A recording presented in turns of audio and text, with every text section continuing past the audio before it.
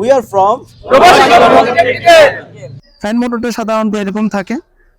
তাহলে কি দেখা গেল যে যখন ফ্যানটা চলে আবার কম্প্রেসারটা যখন চলে তখন কি হয়, এর নিচে দিয়ে যখন বাতাসটা ঢোকে ওর নিচে দিয়ে ঢোকে, এই যে এখানে যে ঠান্ডাটা থাকে ঠান্ডার স্পর্শে এসে বাতাসটা ঠান্ডা হয়ে এই ঠান্ডা বাতাসটা আবার কি করে সামনের দিকে ফ্লো করে, কম্পার্টমেন্টের ভিতরে বাতাসটা সাপ্লাই করে। আবার কক্ষের ভিতরে যে খাবারগুলো থাকে খাবারের ভিতরে তাপ থাকে, সেই তাপীয় যে বাতাস যেটা আছে সেটা কিন্তু তোমার গরম বাতাসটাকে টেনে এনে আবার এখানে প্রবেশ করে।